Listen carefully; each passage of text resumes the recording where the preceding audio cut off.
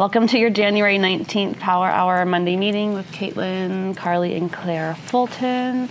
How's everybody doing today? Today is not officially Blue Monday. It isn't officially, or it is? It's not scientifically... I only knew because of Rand's video today. It's not scientifically proven, I'm reading. It came about from some sort of travel agency in the UK that wanted to just spark some people and get them excited for traveling. But even despite research, a lot of people can agree that this week in January feels a little bit heavier.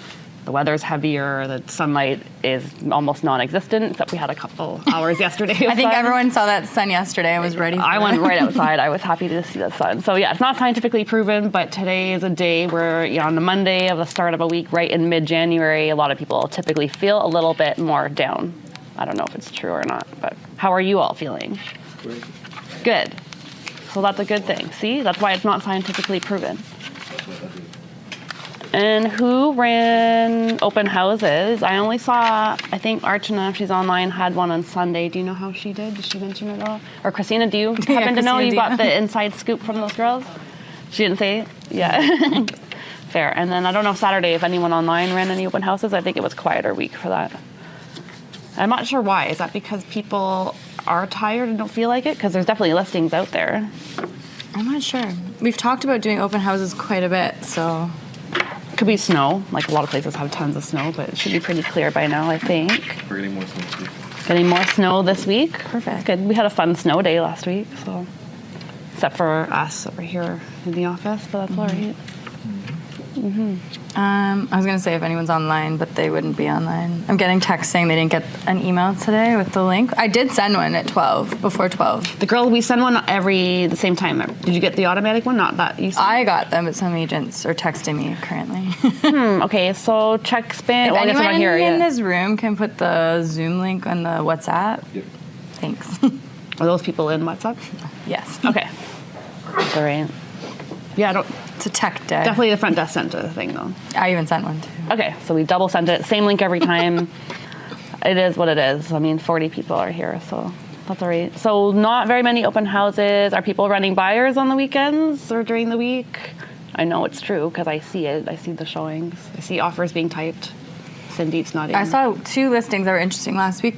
Not ours, but 16 offers on one, and another one had 9 offers on it. So some properties are doing well with offer names. Yeah, one with some are Whippy, not. I think, You saw it too? under $1 million. Yeah, Whippy was under $1 million, and then I just saw one, I think it was in Ajax. It was listed at $799. It had 9 offers. I can't remember the address of it. I noticed the Whippy one took a couple days to update on MLS too. I don't know if they were still negotiating or if they just delayed it a little. Christina was telling me about that one. Yeah, were you on the buy side of that one, Christina? No, my client wanted to see it. Oh, yeah, I think so. Did it sell? Yeah, 1.175, I think. Okay, Yeah. they were listed at $949, I believe. Okay. How many offers are on them? 16.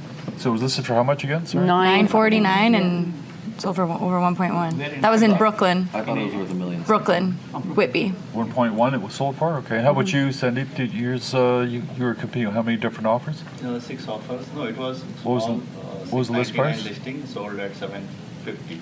Sorry, this price how much? $699. 699 listing. 699. And how many offers? 6 6 offers, and it finally sold for 750. Where was that 750. one? So $10,000 an offer. Milton Milton. Okay. So in Milton. That was a townhouse, or? town, Freehold. yeah. Used to be for every offer you'd have what, $10,000 an offer or something. That back Hers was also. goes back to 22, right? 21. Yeah.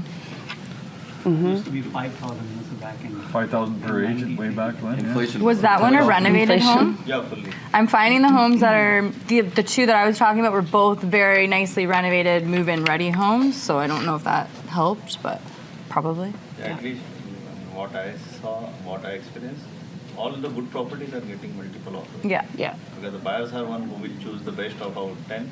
And you go there and 6 offer, 8 offers. They just want to move right in. They I don't noticed wanna that turn one it. that had 16 offers was like 3 or 4 bedrooms, cookie cutter, It was a cookie 2-story, renovated, staged wall, and that's what I'm reading too. Is that that detached single family people want something very particular, and they want it nice, and they're going to still spend more to get something of good quality. Yeah. House Sigma actually added a new feature, but it'll tell you if people favorited the house. So you can Okay. actually see. So like for hers, it had 10 people who Favorited it. that. We're just learning that house segment as a new feature that if somebody's favoriting that listing, it'll actually show the public how many listing times it's been popularity. favorited, called listing popularity. That makes sense. So Interesting. It's a good gauge. So in my neighborhood, there was a couple of properties that were trying to sell for like 1.8 originally and 1.7, and selling for 1.450s. Whoa. So I'm seeing a lot of that where a lot of sellers still think that this 1.8, it's still this high price when in fact the reality is it's 1.4.5, 1.4, 1.5. So Yeah. so it's difficult to tell the clients. It is difficult. We have a situation in the West End, like Woodbridge. It was listed first for $5 million last year and has slowly been chipping away. It was 3.3 the last time my clients were driving by it. All of a sudden it sells for 2.3. And now they're like, holy crap, why didn't we go see it? Like, what's 2 million's happening? on And like, that's like a significant price drop, right? And so we don't know the whole situation of what happened, but you almost don't want to take these buyers because it's overpriced, but you don't know what the motivation of that seller is. But that house is also on a highway. That house I actually think was worth 2.3 because of where it was situated. It was in between two major intersections, no backyard, sides, like. They bought it also just a couple still, years back. But there's buyers that, had they listed at 2.5, maybe they would have gotten just a little over. I don't know. It's a huge jump. They sold for less than what they bought it for, though. Oh yeah. Yeah. Yeah. Do you have any idea what they paid for? I think it was 3s. Yeah, in the high threes in the hot market. Trying to get 5 one They were time? They trying. tried to get 4.8. I'm exaggerating a little. 4.8 they tried to get though, which is Wow. pretty crazy. Wow. So there's opportunities out there for sure, but how do you know which ones are good and not? So we have some listings here. I just checked our listings the other day. I mean, some listings have been on the market like for 60 days, 100 days. So what do you do with the one that's been there for 100 days? What can we, I'm not sure who the agent was, but how can we do to I mean, help? I have two that are 100 days. I have it on my Tales of Trends. Like all of a sudden last week, I got showings on both of them. So one of them are relisting today at a lower price. One of them I'm going to hang out because I have a showing every single day this week.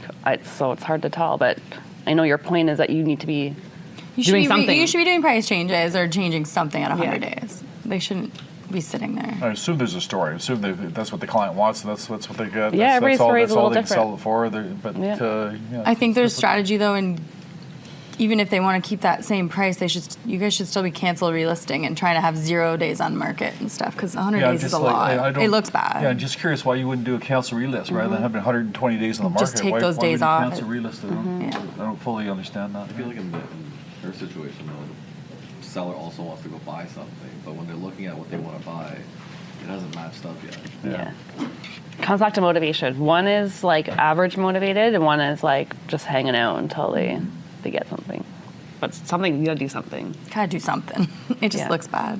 Yeah. Yeah, and it goes back to staging, which we talked about. So if you're gonna if you're gonna pay for staging, you want to have your client pay for it and reimburse them or do something because they could just wake up tomorrow and change their mind. They're not going to sell. You spent $3,000 on staging, and I there it agree. goes, right? At the same time, I think it's pretty risky to get rid of the staging too, because if you do get those showings, you don't want them to walk in now to a house Yeah, that's not because they're being staged for a reason. Yeah. So we've extended ours on staging. We negotiated with the stager, and the clients are participating in the cost of that too. So it's a conversation. Something else to but- consider. I mean, at one time, the stages were king, weren't they? And they're telling you it's going to be for 30 days, and it's going to be Yeah. extra. Now we're we gotta storage charge you lockers. Extra, I'm going to charge you extra for go beyond 30 days. Now, wait a minute here. Well, now the store, I feel like the stagers are using us for storage. We're the storage lockers. now because they don't have anywhere to put a lot of this cheaper. inventory. Why not? Yeah, no, it's true. Wild.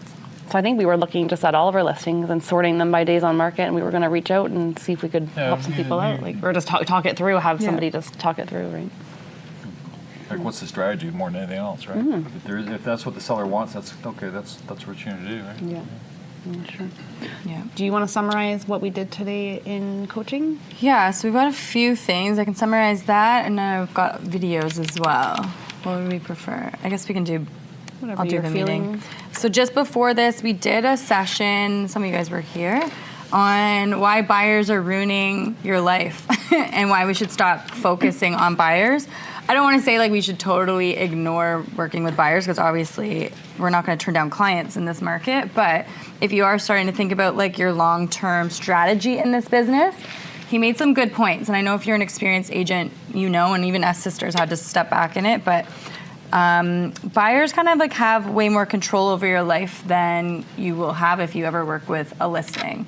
And so he was just talking about if you guys are thinking about long-term in your career, to start thinking about being more focused on getting listings. And obviously listings can be very intimidating right now because it requires a lot more expertise, a lot more hard conversations with clients, versus with buyers.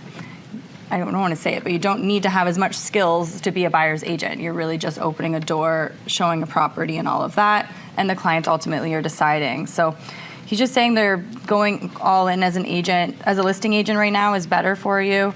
When you're working with buyers, it's just limiting your income because of the amount of time that you spend with a buyer versus what you will do with a seller. So we all know with buyers, you're hopping in your car at any moment. You're probably working hundreds of hours, taking them to showings, writing offers, failed offers, not even one showing. Sometimes you're showing that client that house 2 or 3 times to make sure they want to buy it. And then you're doing home inspections, and then you're doing 2 more buyer visits after that, versus when you work with sellers, typically you're only going into 1 listing appointment, and then you don't even see the clients pretty much ever again. And you can be handling clients' contracts more from vacation and all that stuff, versus when you're working with buyers and you want to go see a house, it really limits your lifestyle in that way. So he's really talking about if you are trying to run a family and you're trying to do that, working with buyers and like making that your entire personality, I guess, or your entire business is not going to help you out long term. You have 0 control over your time. Buyers don't care about you. So he was joking about like they don't care if you're at your kid's soccer game or if your wife's about to give birth. They want to see a house that moment. And it's really unfortunate. Whereas when you're a listing agent, you don't really have that type of that restriction that you would get. What's another good point he made? Listing agents generate the best buyer leads because typically these are buyers that actually want to purchase a property. So usually as a listing agent, you're going to get those types of leads kind of like in the open, versus when you've got agents that are doing online lead generation to get buyers, and these are just random people from the internet, and they don't convert as high as if you're a listing agent and getting buyer leads from your signs. Being a listing agent doesn't require you to be in a specific location. Like I said, you can handle your business anywhere. As a buyer's agent, you kind of have a harder time booking vacations or going away or spending time with your kids because you're scared that you're going to lose a client to another agent because you're not available for them. And I remember that very heavily in the beginning of our career. So just some things. So they're saying like being a listing agent is better. You get more credit than being a buyer's agent. So your signs are all over the place. The neighbors are seeing you. Whereas if you're a buyer's agent and you sell a home, it's not like they put your name rider on the bottom of the for sale sign saying sold by Chad or anything like that. You're pretty much nowhere to be found. So you're always kind of reinventing yourself. So just some tips. I know Claire's always been heavy on the listing side as well and trying to encourage you guys to be listing agents. And it is for your lifestyle as well as it is just a better way to run your business. They call it list to last for a reason, because listing agents, you can handle about 15 seller clients, but you cannot handle 15 buyer clients. That you would be absolutely insane to try to do that. So just a thought if you guys are doing that. Do you guys have thoughts on that? Was anyone offended by the video? He was very blunt about it, and he said people were going to be upset with him. Only Senek, maybe. I thought it was great for Zanuck because he feels it. I do like showing houses. So he was saying that too. You really have to look at your personality too, because people that enjoy, he called it babysitting. Like when you go into a home and there's kids, typically sometimes you take on a babysitter role and all of a sudden you're playing with the kids while the parents are looking at the home, and you're entertaining children all of a sudden downstairs so the parents can pay attention. You're acting as a marriage counselor, a therapist, more so in a buyer's role than when you are in a listing role. But if you're in a listing role and you prefer to be the trusted advisor and run a strategy, and you're the person that's going to say this is how everything's going to go, and you prefer to have that type of relationship, like a professional relationship versus a babysitter relationship, sometimes the listing side works out better for that personality. Zanuck probably prefers to do the in-person stuff and getting to know them and all that. That works really well for a buyer's agent. But in the grand scheme of things, to not burn out, being a listing agent will help you. I don't know, did anyone else have thoughts on it? That's why you see the top agents all over. They're all listing agents, right?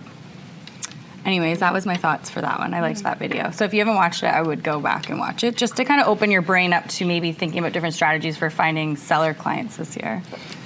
Somebody said to me that they didn't like take listings because they didn't want to take the responsibility of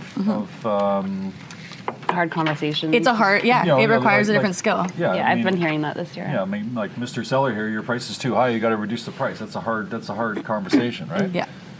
That's why he's saying like it is a different personality, because some personalities can handle those strategic type conversations whereas some agents can't, and that's why maybe it does work better to be a buyer's agent. But if you don't like doing the babysitting and you hate showing houses, he made a good point, like most agents get in thinking this is HGTV and you're showing a house, and it's not like that at all. It is a much more draining job than it really is, but people come in with a very different mindset of it. But depends on which personality you go towards. I still think that everybody should have in their business plan, I hope for 2026, is have a farming idea, that farming is some type of physical farm, just not something that's going to take up all your energy and all your time, but just something that you can go back to when when you're not busy. Yeah. It's a good point. We actually met with a top agent in our area, and he was telling us he doesn't necessarily door knock, but he does farm, but he does it in his personality way, which is he creates a postcard every single month. He actually creates it on an Excel sheet. I'd have to see it. I'd have to be in his farm to see what he's talking about. But he door knocks, but he doesn't knock on the door and talk to the people. He just hands out the flyers in a specific farming area, and that's how he started his career. He did it for 3 years every single month, and that became his farm. Now he's like, I think the guy does over $1 million GCI easily today, and he's actually getting back into that strategy again. But of course, once you start to make money, you're going to pay people to do the flyers. But if you don't have money and you're too scared to door knock, but you want to do farming, you need to get on the streets with the snow out there. I'm just watching the snow. So all he did. All he's doing is he's just doing a flyer distribution. Let's say 200 houses, right? That's all he did. 200-300 houses every single month, once a month. So he didn't cold call anybody. He didn't knock anybody's stranger's door. He didn't talk to any stranger. All he did was hand out flyers saying, "Call me," right? And he prints it.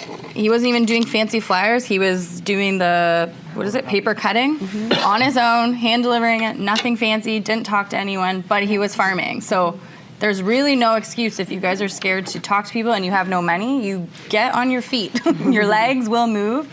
Grab a printer and go hand it out yourself. I actually think you the less can do that. professional, the more attention you'll get today. Probably. Too. The less glossy it looks, the more real we'll get more attention. So, Now, one thing I've noticed too, if anybody here is home, we're getting a good snowstorm right now. yeah, what is happening? I need to go home now. This is why they call This it. is why I'm like, get on your feet. This is Blue January. So nobody here is going anywhere This, until the snow disappears. Yeah. So we got lots of time to do these things. Exactly. but that required no skill, no money. All it required was some time And consistency. and consistency. The same thing over and over. So here's something just for your head, right? So new buildings, new developments. What are they building now? What do you guys Townhomes. notice on new developments? It's now multi-use, right? Multi-generational. You don't have a new development full of detached houses anymore. You've got detached, you got semis, and you got these row houses, or not row houses, these townhouses. Yeah. Some are stacked townhouses, some are just normal townhouses. But anyways, has anybody had any clients that's bought any of these new townhouses? Ones with the flat roof? You know what I'm talking about? Some are 3 stories, some are stacked. You got a 2-story unit here, 2 units Stacked on townhome. top. Yeah. Does anybody know any people that bought those suites yet?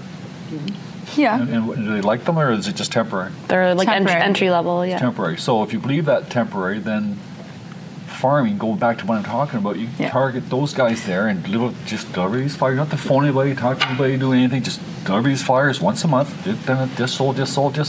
That's exactly what this agent did. It was Duffin Heights. And on this particular units, people are buying those townhouses. They don't like them. Like my daughter, one of my daughters has a 2nd floor unit there, and to get to her unit there, you got to climb up All 2 stairs. flights of 3 stairs. giant flights of stairs. So you got like 10 feet, 20 feet, just stairs, just to get to her unit, and then you got another 3 stories on top of that. So, but that's all she could afford, and that's why she moved in. It worked out great. But now it's time to move on, right? Yeah. So you're going to get lots more turnover in that type of place than you would be a detached house, where the people buying their final house. Yeah. So you understand the science behind this. So And that's exactly what this agent did, which is where all the townhomes are in Duffin Heights. That's where it is, and still there. So those are high turnover properties. So just There's one no more, excuse. just one more pillar, one more little pillar in your toolbox. That's Yeah. all this, right? You just tell your daughter to move. Yeah, we're trying to farm our own sister. Okay? Yeah, I already Trying to sent get her. a listing. I actually sent my sister a 2021 email to remind her that her mortgage was coming up this month. The listing would be quite challenging because she bought it in the list, 2021. too. So Yeah. Anyways, so that's some ideas. I did have some videos I don't know, we were scrolling. Claire was sending me some. I was sending him some. I sent some in the WhatsApp group too, probably. But I just wanted to like open up a couple of just fun videos for you guys to watch that just had some ideas. I forgot which. This one was Claire's. I actually like this Chris, one. this one's mine. This one's Claire's. He almost has a couch. You should It goes almost, against everything we're doing you right should now. almost guess which ones I like and which ones. Okay. You can run around to conferences. You can listen to podcasts. You can go to YouTube clips. You can go off and have lunch with other people that are winning. You can get yourself a coach, a mentor. But I'm telling you, let me make it easy for you. The single one thing, if you are an emerging, if you're a growth agent, the single one thing that's going to change the trajectory of your life is your work ethic. Not your EQ, not your IQ, not your TQ, that's technology quotient. It's your work Q. Have you got the ability to get in early, work hard, stay later, because in real estate all the money is earned before 9 and after 5. You can... Do you have thoughts on that one? I don't know. We'll give like some thoughts. Does anyone? I agree. I agree too. So that's the one thing. Like we throw all these training videos at you guys to train you and all of that. But unfortunately, what I cannot train is work ethic. And it's just, I don't know if it's something that's internally in you or if you're raised that way. I don't know if it's genetic. I don't know what it is. The combination of all Everything. Well, I think you have to have a goal. You have to have a plan. You have to know what you want to do, right? If you don't do the things that you're learning, then anyways. So conferences are great, but doing it's better. That's true. Okay, what's our next one? I think I did 4 quick ones. Okay, already have a realtor. I liked this one because I hear it all the time. You cannot respond with anything that tries to get the prospect to say yes. If you do, the prospect's going to dig their heels in even more. What you want to do instead is use language that automatically triggers the brain's correction reflex. So when you say something that's slightly off, on purpose, people feel compelled to correct you. And they do this without even realizing it. So instead of trying to convince them, say something like this. Mr. Prospect, I get the feeling that even if I put something in front of you and you genuinely believed that it would work better than what your agent was doing, at this point, it probably wouldn't matter. Sounds like your decision has already been made. Am I right? And watch how fast you get the prospect to say something like, well, no, not necessarily. And here's the craziest part. When you stop trying to get people to say yes and you start going for no, people start giving you yes more often. You cannot respond. I liked that one because I do hear you guys say it a lot. We're like, oh, they already know a realtor or something like that. So I thought this was a good thing. Be like, okay, well, what I say doesn't really matter because sometimes they'll still ask you questions, right? And then you'll be like, well, what I say doesn't matter. You're still going to choose your uncle. And they'll say, well, not necessarily. Yeah, my uncle's ready to retire. My uncle's not that smart and I don't like, he doesn't work that much and I see you doing it. So like you can turn their minds. So I hear it all the time from you guys saying, oh, they know someone already. Their best friend is an agent. Their dad's an agent. Doesn't matter. It doesn't mean they always want to work with that person, right? Yep. So, a lot of them are part-time. Otherwise they wouldn't be calling you. Okay, that was tip of the week too. How many I got? 3? Oh, I like this guy. This is if you guys are being, I like this. Calling your clients to check in with them. Stop calling your clients to catch up with them. Stop calling your clients to see how they're doing. Instead, make it significantly easier on yourself and on them. All our clients, almost all of our clients are on social media. They're posting pictures of their children. They're posting stories of their vacation. They're posting wins of their work. Just starting a conversation with what they're already sharing is the fastest way to become a part of their lives. Catching up with people in today's world is actually interrupting them. So be in the slipstream of their life. Just respond to the posts, respond to the stories, respond to their own videos. Get in their own lives that way by responding to the stuff that they're already sharing. Calling your client. Okay. How many of you guys are on social media? Just like hands. Everybody? No, you guys? None of you? I know you're all on social media. I see it. So like they're saying, stop interrupt. I agree. Do you guys like to be interrupted in the middle of your day just with like a hey, how are you call. How are you? What's up? Like, have you ever got a text message from a friend that says, hey? Yeah. And it just stays there, and you're like, what? Messages that come. Yeah, hey, What's up? what's up? And you're You're like, like, depends, I don't know. So, like, stop texting your client saying, hey, how's it going? Like, that's weird. It's weird. Maybe back in the day it might have worked, but I agree with him. If you want an easy way for yourself and your clients, just interact with them on social media. For the most part, your clients are on there. Obviously, if they're not on there, you're going to do it differently, but there's a much better way, I think, to stay in touch with people rather than, hey, or I've gotten the, are you home? Have you guys ever, are you? Can I pop by? My dad's done them. Are you home? Like, I don't know, it depends. I have a rule there, that's a management rule. I don't know if it's a good Yeah, when you get a page. rule. No, you never answer the first question. Yes. You guys notice that? Never answer the first question because it's never the real question. And you'll notice that too. When people ask you a question, it's not the real question. Mm-hmm. Right? They'll say, is it snowing outside? Yeah. Oh, no, or no. Oh, great. Can you come pick me up? Or they'll be like, how are you getting to that location? Like, it's not, they don't care what the weather is. They want to, can you come pick me up? Yeah. How are you getting there? Oh, yeah, can you get me on the way? Yeah. Okay, last one. I forgot this one. I think this one's a quick one.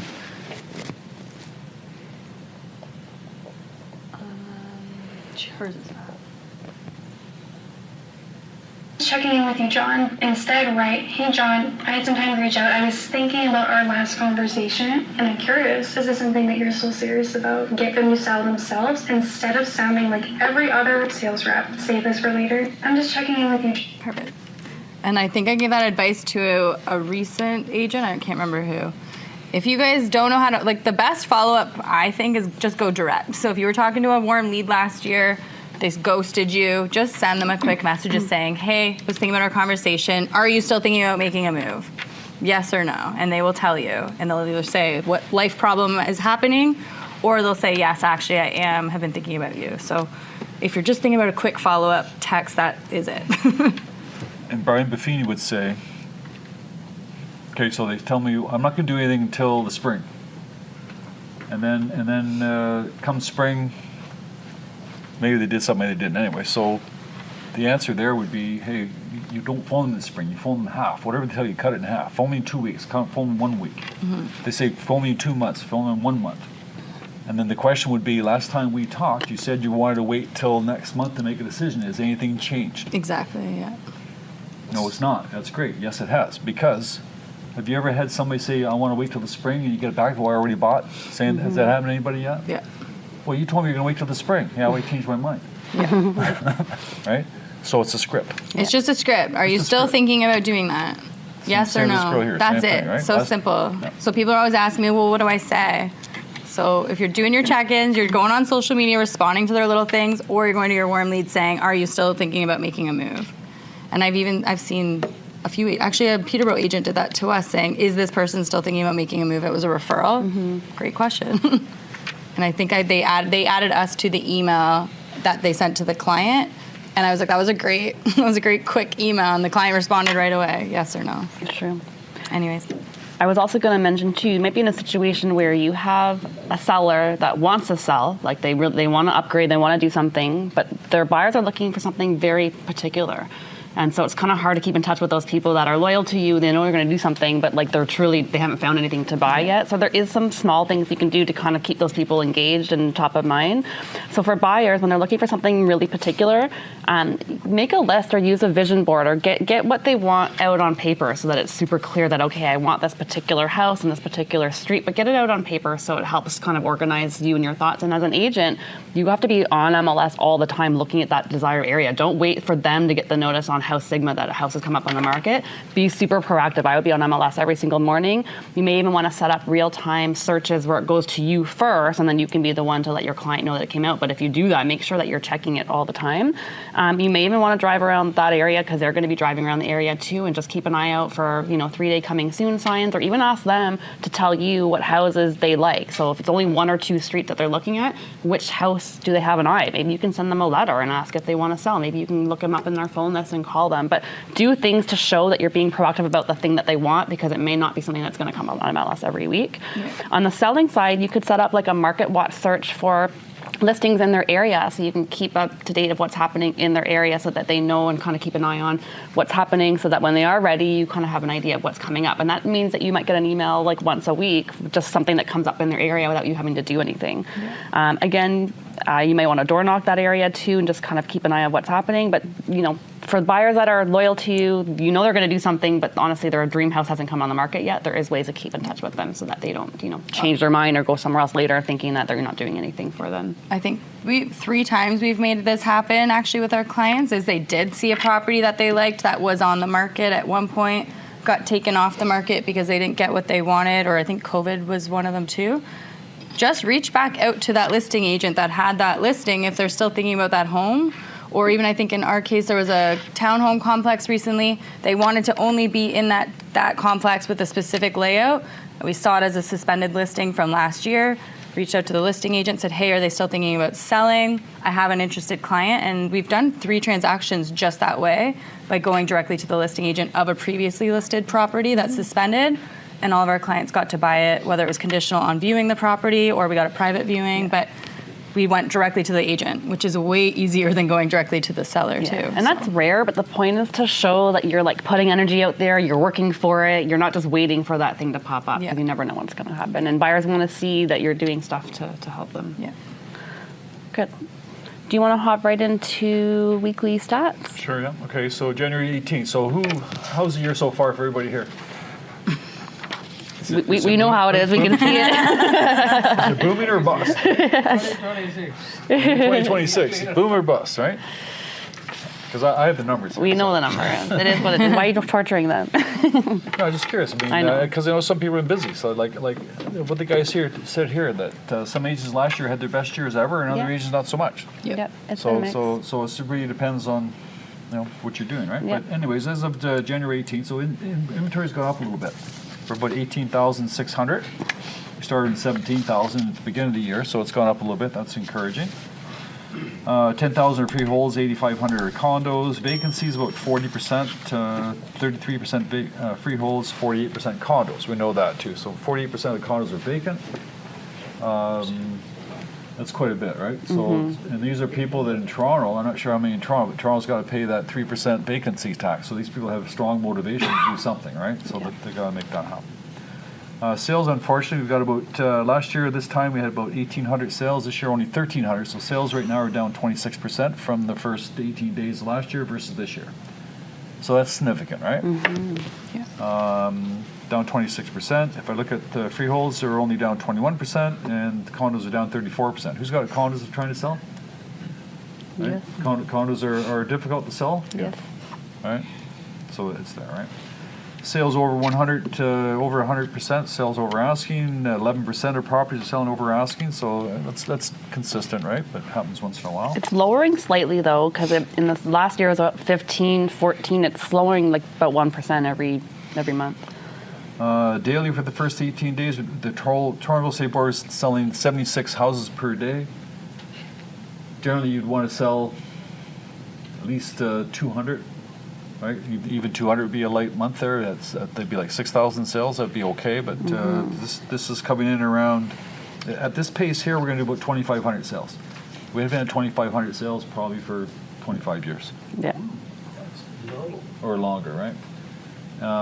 Last January we also had about 3,000 sales, so it's January last year was a slow start, and this January is also going to be a slow start. So, but this year it seems to be other things going on with our friends. But anyways, leases, there's about 20,000 active leases out there, and almost 9,000 are the freeholds. Over 10,000 are condos. Vacancy for the leases, or 61% of the properties are vacant. That's so big. That's a lot, right? It's a lot. So guys are trying to lease their properties. A lot of tenants have left. Leases made about the same as last year, about 3,700. Leases about the same, within 1%, although down almost 20% from December. So December the leases were actually up quite a bit. This January they're not so much. I think maybe though December might have increased for a lot of those workers going downtown and renting places. Yeah. Do you think that? Like they were called back to work, and a lot of people are only renting a place, they're only staying there maybe during the like Monday, Tuesday, Wednesday, Thursday, and then going home for Friday, Saturday, Sunday, or something like that, right? So that's happening. But yeah, we're slow start. Inventory though starting to pick up, and we're starting to see activity with multiple offers, as you're saying. So there is activity out there. Inventory is coming back slowly, but away we go. True. I think you're going to see a rise in inventory of people that took it off the market last year. They're going to come back now. You're also going to see people, like even the landlords can't afford necessarily the mortgages anymore. So that all that property is going to come to the market. And now we're seeing tenants that can't pay their rent. So not only can they already not afford the mortgage, now the tenant's not contributing rent. Now people are getting into really bad situations. So we know that there's going to be 1 million mortgages coming up this year for renewal. And I think a lot of it's going to be from people that they're trying to rent it and they can't sell or rent it out. Like they're really stuck, right? So, And a lot of investors bought in 2021 too. yeah. So I think more inventory is coming. And then to your point, I think it's finally going to bring prices down even more. Yeah. But what I'm reading is a big significant problem now is it's not interest rates, it's not inventory, it's a little bit of affordability, but now it's actually job security is the biggest one that I'm reading. And we're actually seeing real life situations of people losing their jobs, and just the lack of confidence and certainty with the employment is what's, I think, causing people not to step forward. I think that's why you're seeing January so low, because there's way too much uncertainty right now still happening. What's happening on the mortgage side? You guys seen any new applications come in, or or you find the first 2 weeks in January similar, or what are you thinking? Last week we did get a lot of purchase approvals, and what more than is a renewals. A lot of renewal calls coming in. What's the best rate? What's the better rate? That's what we do. But to be honest, rates are kind of in a very stable line, I would say, in terms of variable and fixed wise. So we are in kind of like low range, like 3.6, 3.7 to high 4s. But few purchases though. I think that's a good thing that rates are a little bit more stable too, because I think people are waiting for some stability. At least that's stable now. We can focus on other things. The But 28th announcement more likely going to be a hold, yeah. As long as it doesn't go up. Which you know. So those people at home there, just to repeat there, so you're actually, people are inquiring about rates, but are people actually making applications right now to get pre-approvals? Or? Pre-approvals, like we had a lot done in the past year. They are expiring, so they need to push them. So December you had quite a few, but now so January is soft a little bit for you, you think? Purchase applications wise, we got like not bad compared to last year. What, 10-15%? Maybe, yeah. Okay, I know it's I'll put you on the spot there because it's not something to look at, so that's okay. All right. Good. Okay. You have anything else on stats?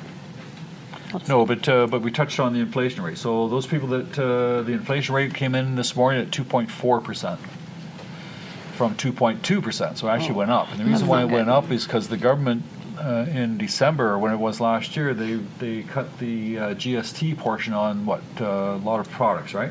A lot of baby products and food restaurants. Didn't they cut it 5% to try to stimulate things? And then that dropped off. So now it's jack prices up again another 0.2%. So that's interesting. So what do you think we'll do with interest rates then? That's not good. I think everything I'm reading about interest rates are going to stay the same for the rest of the year. Yeah. The rest of the year. Well, fix might. And this is a good thing, because you may have had clients say to you, I want to wait to purchase, I'm waiting for the rates to come down. Now the rates are not going to come down, so now they're going to wait for what? They're going to wait for the prices to come down. And your sellers want prices to go up. Prices will go up, right? Eventually it's all going to shake out, and then it's going to happen. But going back to my stats here, unfortunately, if we took the active listings for condominiums, for instance, it could be 10 months of inventory. That's a lot of inventory. That's a lot of inventory. Right? 10 months of inventory is huge. All right. And then I've been thinking too, like 19,000 leases inventory, and now they're building the purpose-built rentals. So can you imagine how much rental inventory we're going to have? Yeah. And that's why they're predicting we're actually going to have an overflow of rental inventory. That those purpose-built rentals may need to convert back into condos or something. It's very interesting. Very interesting. Before I forget, I want to go back to power sales. Anybody have any clients that want to do power sales? They're going to happen more now if you don't have them already. Heard it's like up, and the bank doesn't care about the prices and differences of I still think the banks care about the prices, but Okay, so just so I want you to be aware of what I'm going to say here. So power sales is very important, right? The old agents, older guys, we're all older agents now. A power of sale was quite simple. Power of sale meant that that your buyer would buy it, but the seller would give him clear title, and then he would just move on from there. And then it would sell, and then the lender would pay themselves whatever money they're owed, and if there's any money left over, go back to the seller. What's happened in the last 4 or 5 years is there's a lot of private lenders have bought private mortgages. Anybody know that? Anybody seen a lot of private mortgages going on there? And private mortgages, these guys are private people. They make up their own rules. So a power of sale from a bank, the chartered bank, they're going to give you, even though you're the buyer, they're going to give you a clear title. They're going to pay off the mortgages, they're going to pay off the liens, they're going to give you a clear title so that you can get a mortgage on that property. The new lenders don't have any rules. And what they do, they've got this power of sale clause in there, and what they snuck in there, and I've seen it twice now, they snuck in there that the buyer is responsible for any outstanding liens or taxes. And it's the private guys that are sticking this in their power of sale clauses. We've got one that we made it conditional upon lawyer's approval. Lawyer missed it. Oh. Now come closing date, they got to come up with another, what, $14,000, whatever it is? Wow. $20,000 in back taxes that the current owner never paid, and they're expecting the new buyer to pay for. Wow. Why? Because it's right in the clause. It says that the buyer's responsible for the tax. So it's almost like, you ever see those tax sales from the government? Tax sales, as long as you pay the back taxes, you can buy the property, right? So it's almost like these guys are doing that. So on your power of sale, if you're doing any power of sale clauses, pay particular attention to that. Read it yourself. Get a lawyer's opinion. But it's happened twice now to private lenders, so be very careful. Make sense? Yeah. Good point. On that note, too, be careful when you're reading headlines, because there's a headline right now of a house that's sold for $600,000 loss. I even forget where it is, somewhere in the GTA. It was sold in 2022 for $1.35, and then it sold in 2025 for $739,000 via power of sale. Yes, on paper, it looks like a $600,000 loss, but likely the buyers paid 20% down. They probably paid about $270,000 if they did 20%. So they've lost their down payment, but the bank recouped most of what they lent out. So yes, it's a loss on paper, but it's a separate loss for two different people. It's not $600K all in one shot. So the bank likely got their money back. It's the original buyers who lost most of their deposit. But these are big numbers, and it does coincide with what we're seeing in the stats, which is prices are down. And anyone that bought in 2021, 2022 are really hurting, and they're going to be selling these via power of sale. This was in Kingston, Ontario. Sorry, Kingston. Yeah, you're right. 3-bedroom house. How many properties now? It's on my screen right now, and I wish I had looked it up. If Santa wants to pop in and see how many power sale listings are out right now. Last week it was 400. I would speculate it's about 500 this week. It's going up every week. I can check and report back on it, though. I have a sale or a search set up for that. But yeah. I'll talk about some other news too. It's kind of broker news. I don't know how much you guys pay attention. There was some things sent in the WhatsApp chat as well, but lots of like stirring up in the industry happening, at least on the broker side of you. You know, we had our iPro shake up with Rico, and I'm hearing rumors that more of that stuff is going to be coming as well.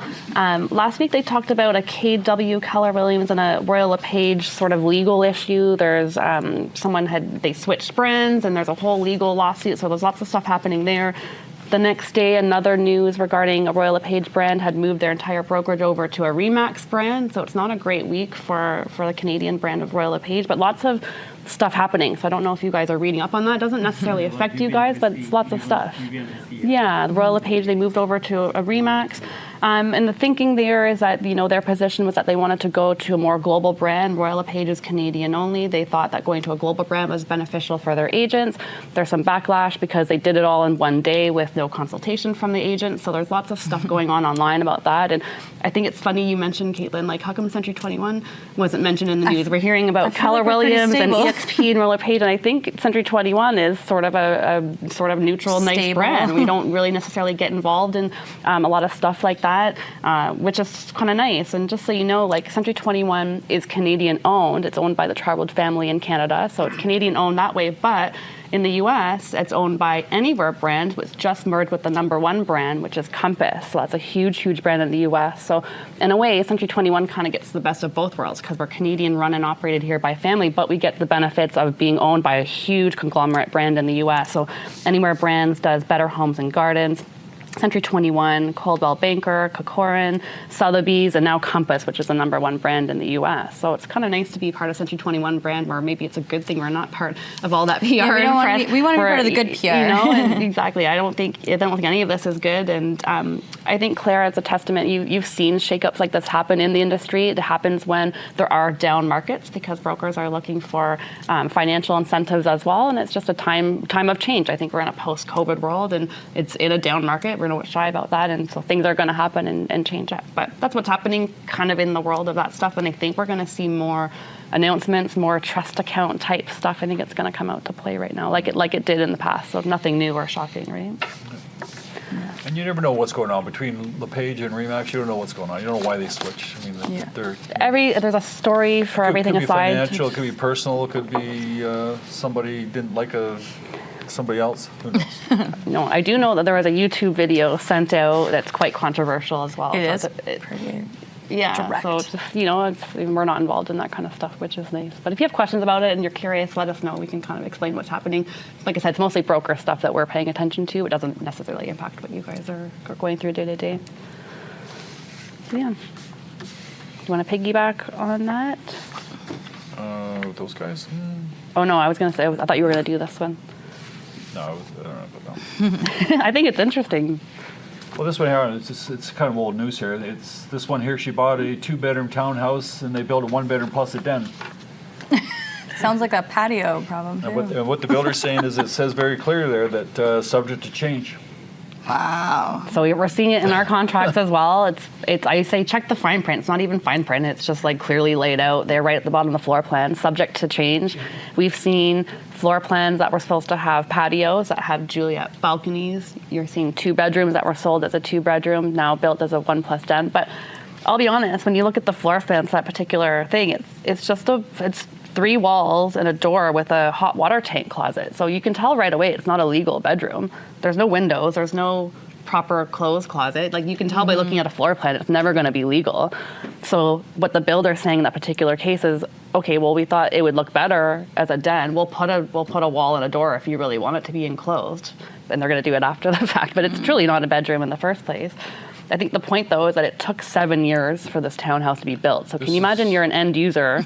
This is Scarborough, Victoria Park. You're buying something for you to live in. You have to wait 7 years for this thing to be built and moved into it. Like, a lot can happen in 7 years. You might need those 2 bedrooms, yeah. So, like, again, I mean, this is going all against pre-construction now, right? For the end user, you have to wait that long. It's not going to be built to how you want. They also have a picture of the shower where it looks like they were going to build like a nice glass with a glass door, and it has nothing in the actual end product as well. The closing costs this person had to pay to even get this thing closed. It was an occupancy phase for over a year, so over a year paying occupancy fees. So yeah, the world of pre-construction is just not looking too good. No. This is at Victoria Park between Eglinton and Lawrence. And she wasn't able to get out, I assume. We're learning No, because in the clause. But she paid $515,000 for a townhouse, so I think she's not.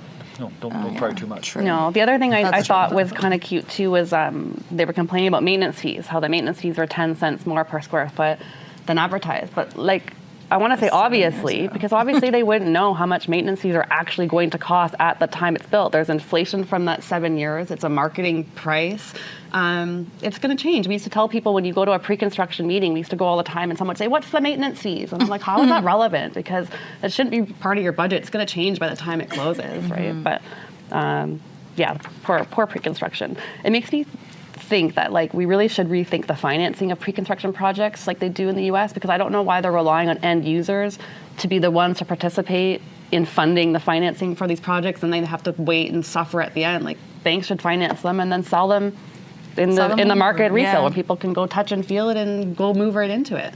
That's how I don't know why we don't do it like that. Is it Daniels does that? Doesn't Daniels? They don't have any pre-construction, right? They don't have any occupancy date. They sell after final it's closing. done. Yeah, no, Center Court's doing the same thing with PCC. Like, they've got their own financing. They say there's going to be no occupancy fees when it's done, right? But still, the end users are the ones contributing to the money right now with our deposits for that whole time, interest-free. Oh, that's fun. I'm reading the average rents are falling, not only just in the GTA, but also across Canada. So rents have been decreasing. They're still higher than what they were around like post-COVID time, but they've fallen all over Canada, about 3%. Are you guys seeing that in the real world as well? Because we're seeing a heightened amount of inventory for leases. Are you seeing prices coming down in rentals? Yeah. Multiple offers Where? in like CO1? One Portland. Yeah, CO1. That's a good one. 4 Wow. Wow. Was Yeah. it listed low or No, huh? it was a Just big a desirable unit. one-bedroom loft type of. I think Yeah. it's like the funky The loft loft style. ones. Because what I'm reading is that these are like AAA tenants, have lots of money, super professional, and they can compete, and they want something nice and funky and not your cookie cutter condo. And so that's an interesting change. But my client says no, they really liked it, but they don't want to just go to that 5 or. Yeah, and I don't know if they have to with so many inventory. so There's got to be much. something else they can go after. My price Yeah. actually went up.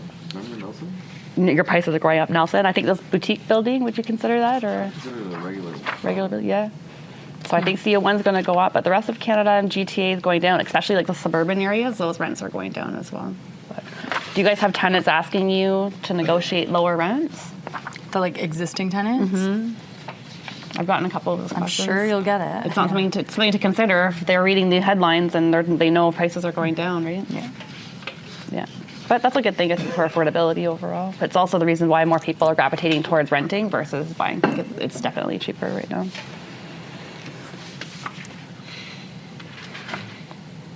Projections. So some people are projecting prices next year to come down, what, 4.5% or so? That's what two brokerages or firms projected. But Korea is saying here they expect nationally prices to actually increase by 5%. So you've got one article for your buyers and one article for your sellers, right?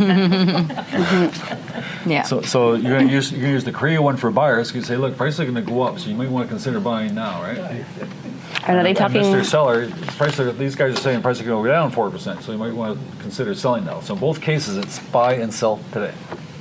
One article for you. Right? That's right. Yeah. Exactly. All right. So you have to have them both as part of your listing kits. Have them both ready to go. And we have to remember too, like, I don't know, I mentioned this 1,000 times. It's not we're not buying stocks here. We're buying lifestyle. Yeah. Yeah.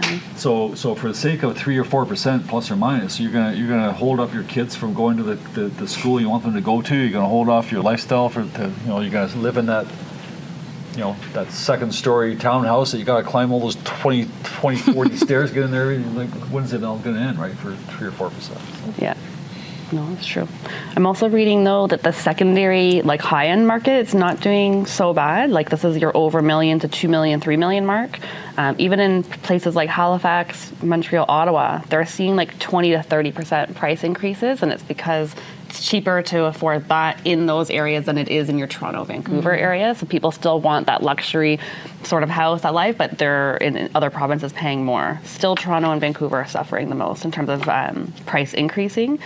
But I think that market, like you're saying, that move-up market, depending on how their mindset is, if they're doing the proper move-up math, they're doing quite well, and it's causing those prices to go up for those categories as well. I think anything with that detached 3-bedroom, 4-bedroom house is going to be desirable, and you might see prices go up for those style of houses. Still, I'm reading. This is where you get negative news as well. Like even 100K earners are getting priced out of Ontario's housing market. So they're now saying that average income of $100,000 is not cutting it anymore to get into the market just because the average prices are so high. So we know our average single family price is about just over $1 million. Average condo is still $650,000. It's still expensive for one earner.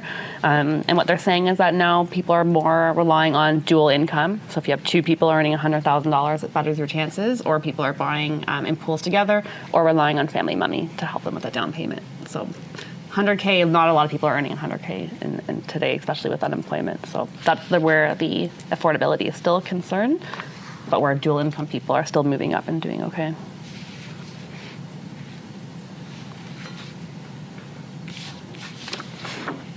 I have more admin stuff. Broker Bay, have you guys seen the pop-up on Broker Bay? Have you guys logged into Broker Bay recently? I think it's when you open. I saw it from my phone. Didn't they change the phone app? The app and It's supposed desktop are to be. changing this week on the 22nd. It's moving to a Supra run type product. So Supra is now a company who buys other smaller companies. They originated as electronic lockbox, but they now are like a tech company that owns other products. So Supra and Broker Bay are going to merge in together. I don't know if that means it's going to look different or if it's just the back end of stuff that's changing. So I don't know necessarily what the impact is until I see it this week. But even today, you are going to have more security. It's MFA security when you log into Broker Bay. I think that means you're just going to have to use your PropTech login now when you connect to Broker Bay. So I think they're just before you go direct, right? Before you go directly to Broker Bay. So right now you might already be going in through Realm PropTech and then through Broker Bay. You want to do that again. But if you're like us, I just go to Broker Bay directly. Now it's going to ask you to use your PropTech login. Same as SkySlope. All these tools are amalgamating together. So it's all part of that. So some changes might come out with that. Hopefully the app's better. I think you have to download a whole I new can't app even use too, no? I can't even use the app right now. It doesn't work for me. It never works. Isn't there a new app now? It says it's super, but I don't know if it's actually functionally going to change, or we won't know I until think the 22nd. I got something saying I had to download another app, but I guess we'll find out in a couple of days. Find out. It is. We started hinting about this last year, June, with electronic lock boxes. I really think they're going to be coming. I don't think they're going to do it for condos. I can't see how they would make that work yet. Our condo lockbox policy needs to change, but I can see this. I started seeing it last year as the steps to coming towards this. So just be prepared for that. I think it's coming. I don't necessarily know if it's a bad thing. It's certainly more annoying, that's for sure. But we have so many complaints from consumers of people entering early and late that this is now going to be the result of that. So. It's more of a pain for agents, I think. Yeah, it is what it is. When you got to go drop it off, pick it up. I do think an expensive lockbox. Yeah, it's better security. I don't know how it's going to work in the winter and stuff like that. But the rural people they've been dealing with this for a long time. So they've made it work somehow. 2026 forms will be launching soon. I'm going to redo all of our internal forms, including our transaction report. Before I redo it, it's my only chance to redo it fresh for the year. If you have feedback on something about this form of why it prevents you from filling it out or how I can make it easier for you, this week is your chance to let me know. One box I am going to add under special instructions is for your landlords or clients that are receiving money back from their deposit. I'm going to put a checkbox for check or EFT, because every week I cancel about 20 checks, so somehow we get EFT information once we've already prepared the check. So I need to stop that habit sometimes. So just be aware if you're working with landlords or seller clients that are getting money back from the deposit, if you want them to do EFT, don't wait till after we've closed it out and everything's done. Give it to us right away with your documents. Sometimes it's our fault. Sometimes we've missed it as well. That happens too. But I'm going to add, I think, a checkbox just as an indicator to say, hey, am I looking for an EFT? And then it gives the team an indicator to look for it. Maybe a team So one, I'm going to make up a story here. It's not true, but it's the point's true. Yeah. Right? Yeah, it's a good point. Somebody phoned us last week, then we've been bugging for the transaction report. I don't know why we're not getting the transaction report. But anyways, bug them. Then the lawyer's bugging us for transaction. The lawyer said, what's the commission? What's the commission? So what the lawyer did, he closed the deal, didn't pay commission, said, get the commission from the seller direct. Good luck. You heard what he just said? Because we have to invoice the seller with for the commissions and so on and so forth. But we don't know what to invoice because they haven't told us what the commissions are. We can't invoice. Everything stops. Everybody's waiting for like the deal secretaries. Everybody's waiting for somebody to tell us what's going on to close this deal. Agent doesn't get around to it. The lawyer says, "I'm making an executive decision. I'm closing this deal today." Close the deal, gives the money to the seller. So we're done. Yeah. And I will go a step further. It's not just... No, never actually happened, but it was like one day away from that happening. It could happen. Yeah. That's why we need it. It's not just for your payment. We actually need it for MLS updating. So as soon as the deal is done and deposit money is exchanged, we need the transaction report. Because in that section where it says sales rep, this is who you want us on MLS to report it as sold. If you have a team member you want us to add or you want it to look a certain way, this is your chance to tell us. So we need this before it even gets reported on MLS. Not like a couple weeks later with the deal documents. It's literally right away. We need this thing. It's fillable on Adobe.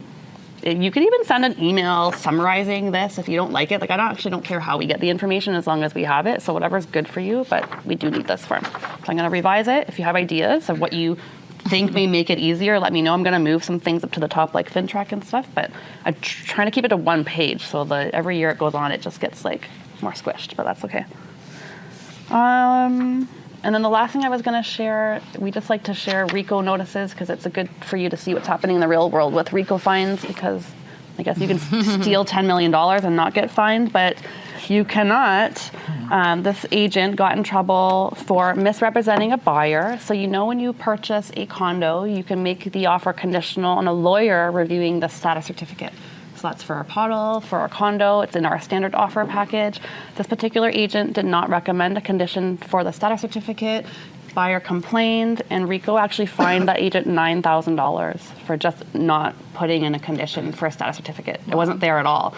If you put it in and the client decides to cross it out, that's a different story. But the original templated offer never had a condition for status certificate. I'm sure the condo had something wrong with it that would have been explained in the status certificate, like a reserve fund, like a special assessment or something, and that agent got fined $9,000. Wow. Which is a lot, but this is what they're looking at. The main point is not that he missed a condition, it's that he misrepresented the buyer in informing them what they needed to know to purchase a condo. Was there any special assessment on that? That I don't know didn't read the full case, but probably there was something enough enough ground for them to complain and get a fine. So the moral of the story here is that the agent probably said, well, that's what the buyer told me, but the buyer made a complaint. So They might not have the known. buyer doesn't agree, and then Rico looks at it and says, well, the buyer says this, and you say that. They look at the paper trail. There's no paper trail to support the agent's position. Yeah, so a paper trail would have been an original condition being in there with a cross out and a client's Or like a initial, text saying, even a "Get rid of further it." email communication between you and the client where the client gives you direction to remove that condition. Because that's a pretty firm to go in for a condo without a status certificate. It's a pretty big deal, right? That's So big. to protect yourself, make sure it's there, use our standard, and then cross it out and have a paper trail, a I don't conversation. see why any agent would tell their client not to get a status Either they certificate told for a them not to condo. or they didn't know. They use web forms, and their web forms is completely blank. You don't have any of our pre-typed clauses. The deal could have been done in 21, multiple offers, and then it could have been True. competing against 10 other offers, so you Yeah. couldn't have a firm offer. So, True. but still, you got to cover yourself. Yeah. You put in the condition, cross it out, get the buyer to initial it, and you're done. Yeah. Crazy. Good. That's it for me. For me. Okay. I just had one funny thing I saw online, and then I'll tell you guys events. But I saw an agent post in a Facebook group that they saw for the first time on behalf of their landlord client. But they had something new that I've never seen. But they said, please let your client know that applicants who are qualified on paper will be subject to an in-person meeting at the applicant's home before the landlord will sign the lease. So now landlords want to go to the tenant's current house and interview them in their home where they currently are renting before they approve them. So they're not doing Zoom meetings. This landlord's actually going to, they want, like maybe they're unqualified, but they take really good care of the home, but they want to see how they take care of the current home. So Yeah. is that allowed? I guess it Yeah. is. But So if you guys are trying to really be careful with what tenants you are choosing for your landlords, I thought that was a very interesting thing because, yeah, you want to know that that tenant can take care of a property, not just move in. But Yeah, because you don't want to be part of the horror stories that you see online. yeah. So that was very interesting. I actually think landlords are going to be selling their properties more. I think they're going to see more of these stories of tenants not taking care of the house, and then they're not paying, and I don't think there's any incentive. They're already under probably monthly, and then when they move out, now they're under even more because they got to repaint, redo. I think those are listing floors, opportunities everything. for you guys. Any property that's tenanted and bought recently, and I think that's a new listing for Yeah. you. Has anybody used that prop text to screen the client yet? Screen I know tenants? Christina did. She liked Verify? it. I tried to do it on myself, and I got like glitches. I don't know if it's because I was like doing it on my own, but They called me because they want to do another presentation. But are we ready for another presentation? do you guys want another presentation on it? We'll think about it. I think they just want discount codes. Just get them discount codes. Yeah, I don't think they need a exactly. presentation. Yeah, no. Okay, so training that's happening this week. Today at 3 o'clock. I'm going to play it here if you guys are hanging around or if you're at home. I sent an email out last week on it. But at 3 o'clock today, there's an AI video workshop with Carrie. She's going to be talking about how to create video content by using AI. So there's a new way where you don't have to use a tripod, record, delete, re-record, blah, blah, blah. So she's going to show us how to use Sora, which I think I introduced to you guys last month, and another app called Higgsfield to create viral videos without touching a camera. So that's happening at 3. Tomorrow, Richard Robbins is doing a live market strategy master class. That's happening tomorrow at 1 o'clock, virtual only. So he's going to be talking about how to tackle questions every client's asking. Will prices rise? Is it the right time to buy or sell? Where's the economy heading? And what is working right now to generate real leads in a slower market? So that's happening tomorrow, Tuesday, the 20th at 1 o'clock with Richard Robbins. And then this Wednesday, here at the office at 11 a.m. with myself, we're going to be kind of doing a second part to our vision boards thing that we did last week. But I'm going to be doing more strategy business planning this week to actually come up with a strategy on how to actually make your goals come to life. So we're going to be building a weekly schedule, a monthly marketing calendar, and just really putting some strategy into your goals that you guys are making this year. So that's Wednesday at 11 here and online. And that's all I got. And then Buzz Conference is happening next week. What are the dates? January 28th to 29th. So if you guys want to participate at Buzz Conference, I think it's $370. I could be wrong, for 2 days. If you don't want to come to Buzz Conference, Sanic's going to be hosting a tech day. Is Sandeep here? That was for you, so you have to come. Wednesday, the 28th, with Sanic for Tech Day. And that'll happen here and online, but it'll be better if you guys are in person for that one because it'll be a little bit easier. But that's what we have happening. Nice. Has anybody been using AI to any benefit? Just anybody playing around with it yet? Other than just words? I mean, has anybody done the video stuff or? Yeah, I use AI to come up with a daily schedule for me. Daily schedule for yourself? Yeah. Did you start following it? Yes. Okay, good. I get AI stuff now all the time on my computer, but now guys are saying that all you have to do is upload your photos of a property to them, and then let AI do the video for you. And all you're doing is uploading still photos, and it does something to it. I guess zooms in, zooms out, goes left, goes. The speed and the transitions. Yeah. So there's all kinds of things out there. I was also reading that, and people are starting to have the same problem I have. But what's true, what isn't true? It's honestly, it throws you off. You can't tell. I know. I'm starting to see more disclaimers now and like watermarks and at the bottom. So I think you called it last week that people are going to start to have to, I literally watched a woman get chased by a seal this weekend, and I was like, holy crap, and then I realized it was AI. It's so realistic. Well, that's what they're saying now. It gets to a point where you don't know what's real, what isn't. So now it's actually getting kind of frustrating. I have to like unfollow a lot of accounts to like make my logarithm not show me like that stuff. Like it's getting, And by mistake, if you have to click on something, let's I say know. you click on a dog getting saved by a seal, where the heck And then you get more. Next thing you know, there's a fox saving a know. snake or something. I don't know. There's It's all like, kinds of no, weird things going on. unclick. I know. Then you have to go search for things you want to see just to build back your formula. Yeah. That's why they created Sora. It's supposed to be AI-focused videos, but now people are taking those videos and sticking on Instagram and TikTok, and it's really confusing things. So. I did AI with the help of my son, right? Yeah. And there was a video from the nurse. Okay. And we recorded it, and then they inserted it. They came out with the text messages, 8-9 pages. Oh, so analyzing what they're telling you and stuff like that? Yeah, exactly what they said. Wow. Yeah. Yeah, it's amazing. Mm-hmm. Cool. Okay. Any properties anyone wants to talk about to try to help each other sell? Just lower the price. Okay, have a good week. We'll see you next week. Take care.